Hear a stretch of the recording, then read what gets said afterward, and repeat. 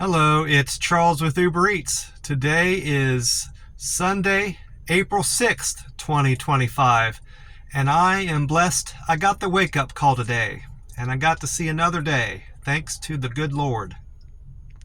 Right now, it is 3:57 a.m., and sunrise time is 7:18 a.m. today.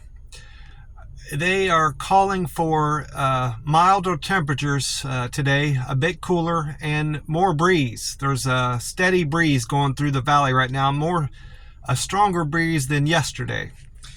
They're saying it's 64 degrees right now, and it's only going to get up a few degrees warmer to 72. And then tomorrow, and in fact the rest of the week, it's going to be sunny and much warmer. Highs in the mid 80s to high 80s going into the weekend. Next 8 days, in fact, is going to be sunny and warm. Beautiful weather. As long as it's not below 50 or warmer is fine for me, and I don't mind it getting up close to 100. That's what I came out west for, anyway. Did a weigh-in this morning. I'm at 135.6, and I had an excellent night's sleep. I had mentioned in a previous video recently about going into this 72-hour fast. I didn't say specifically why I was eating more carbs. I had a greater proportion of my meal constituted by lo mein noodles, ice cream and rice and Texas toast. Well, that was kind of an experiment for me to see how I felt with a higher carb meal. I carved up more going into this 72-hour fast because the previous 72 hours wasn't really planned in terms of how I was eating prior to that, going into that fast. So I'm kind of tinkering around with different macros. This next weekend, Friday, I'm probably going to have a higher proportion of protein and less carbs and less fat with my meal as best as I can at the buffet, messing with those macros. I'm going to eat a lot of chicken and oysters if they have it, and even some beef, even though that's not my favorite thing to eat there. I'm going to try to get as much protein into my diet that Friday and see how I feel going through that 72-hour fast. One thing I have noticed that's different from the previous weekend, I wasn't up and down going to the bathroom last night, and that helped me sleep more soundly. And I was tired overall, because my work from Saturday. I was tired from that. But regardless of how tired I am, I hate getting up and down to go to the bathroom. It's a pain. I generally get back to sleep pretty well, but I hate those constant bathroom breaks. I had a good day with Uber Eats yesterday. I did well over $100, which I wasn't expecting to, because I haven't been out on the road for long periods of time. I kind of have been doing these shorter shifts with the Uber Eats. But I only need to make around $20 today to make my goal for the week. So it's going to be a super easy day today. I had kind of a difficult order yesterday. I was out in Mission, and it was a Wingstop delivery, I'm pretty sure, yeah. And I text the customer like I always do, tell them I'm at the restaurant waiting on your order to be picked up. I always have to wait at Wingstop. They're probably one of the worst places to pick up food.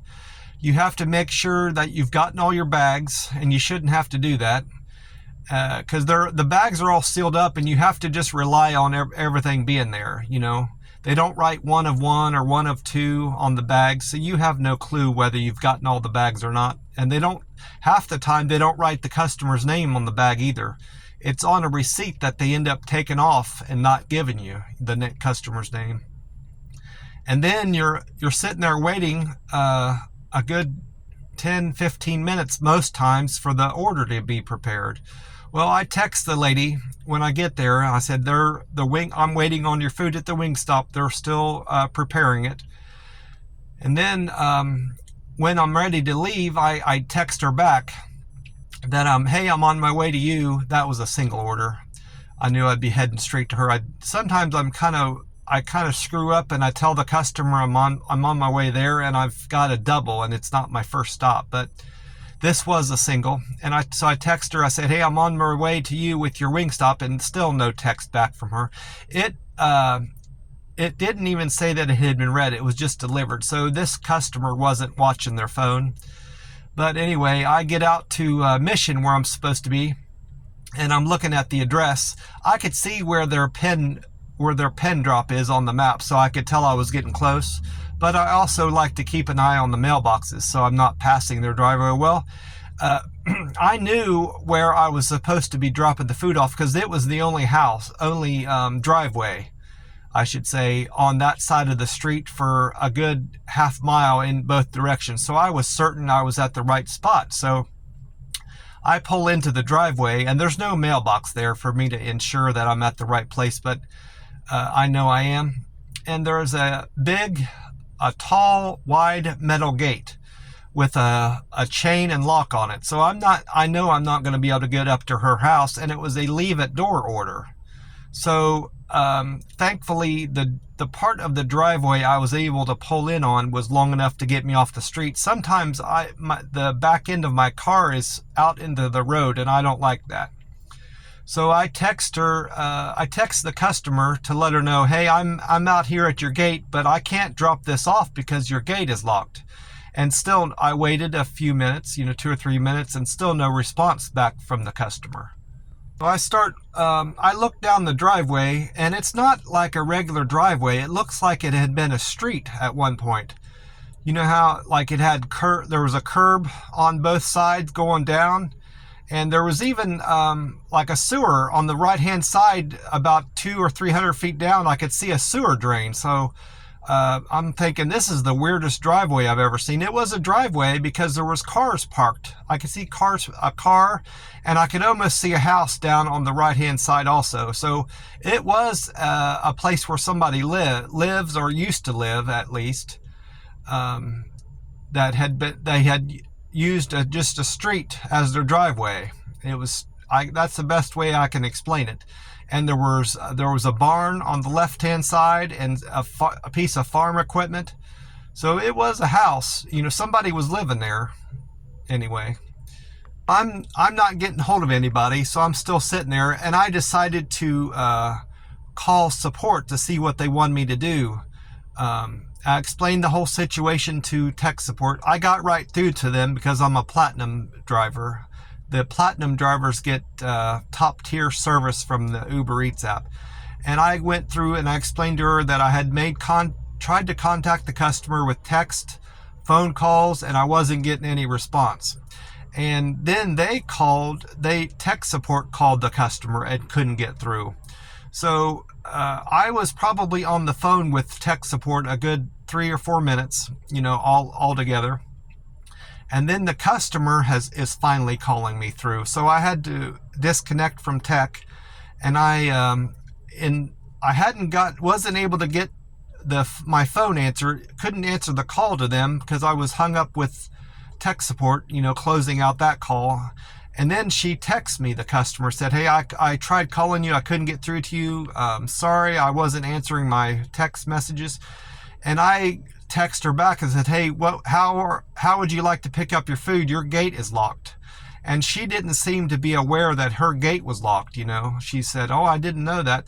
She finally asked me to drop off the food across the street to a building, and I said the red and blue building, just to make sure. It was the only one nearby, but I wanted to confirm that through the app, have record that she wanted me to drop off the food at this place, the Wingstop, across the way there.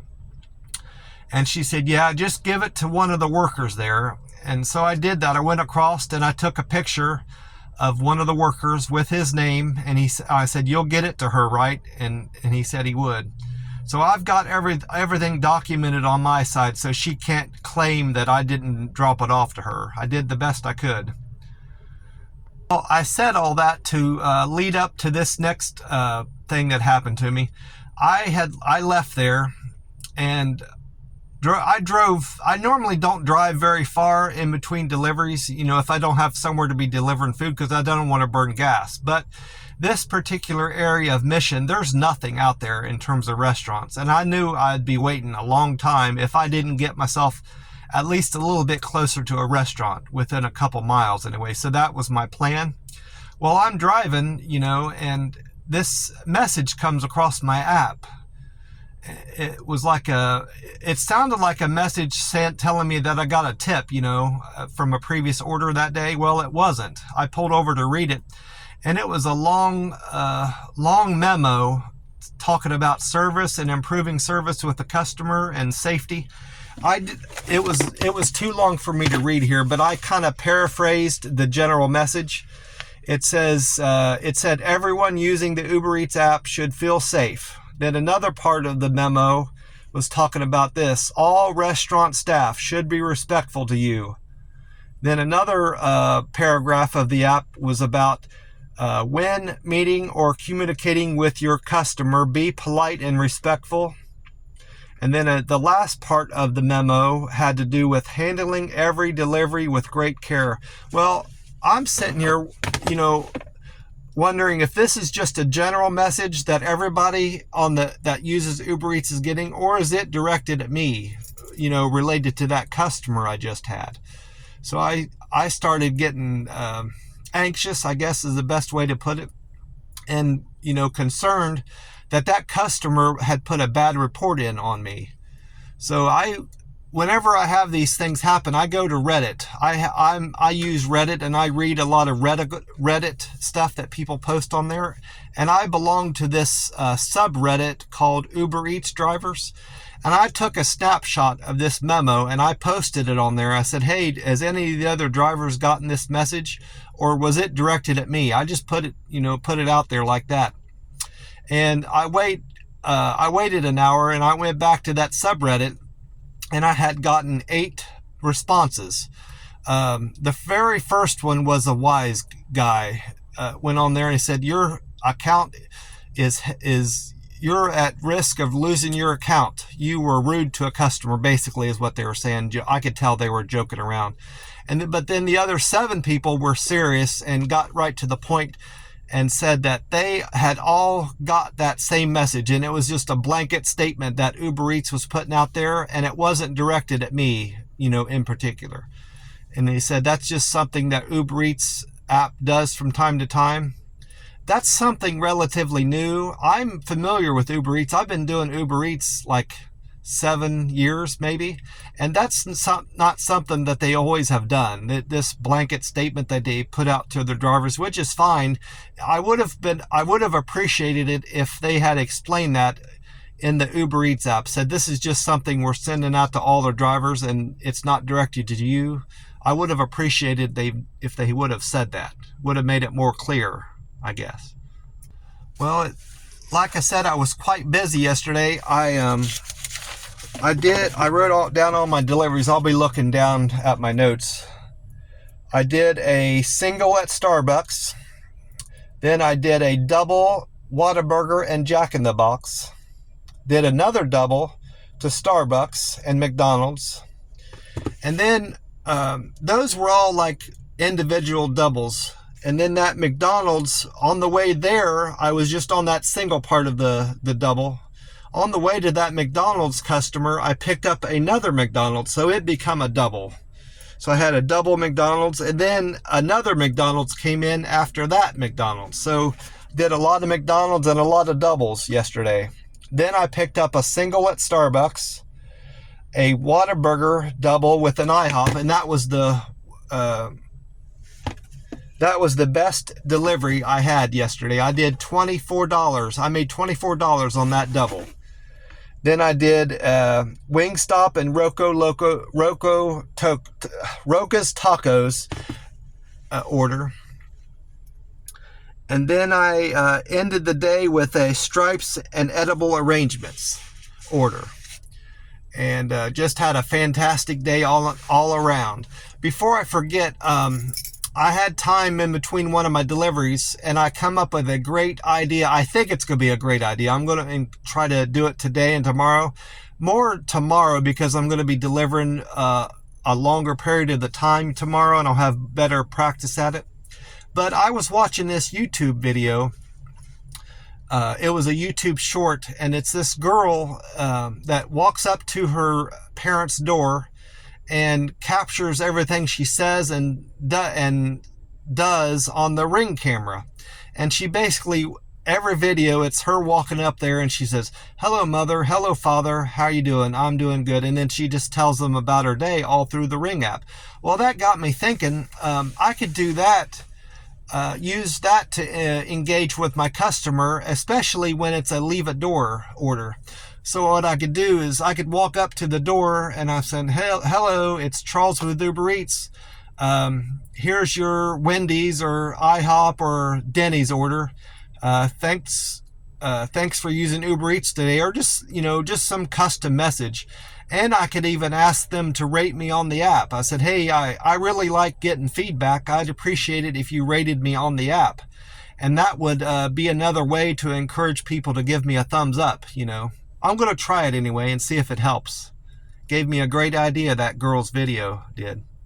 Well, that's about it for me. I'm going to get off here and watch some YouTube videos until I start my delivery. I'm not going to start delivering until sunrise. I hate driving around here after dark and hitting all these potholes. I did see some crews out yesterday filling in the potholes. I liked seeing that. Hopefully they'll hit most of them that I have trouble with.